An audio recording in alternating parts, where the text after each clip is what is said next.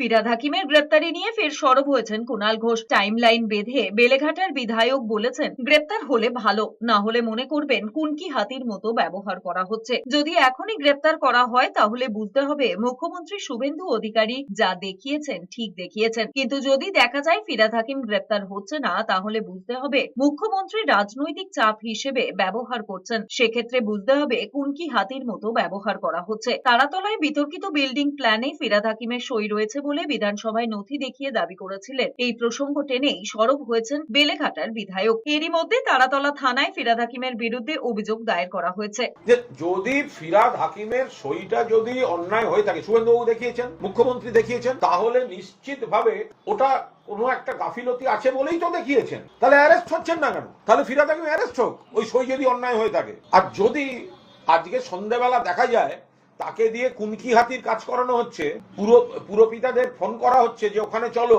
ওদের কাছে, তাহলে এটা প্রমাণিত হবে শুভেন্দু বাবু ওটা দেখিয়েছেন শুধুমাত্র ওকে চাপে রাখার জন্য, যাকে দিয়ে পুরসভার কাউন্সিলরদের ভাঙানো যায়।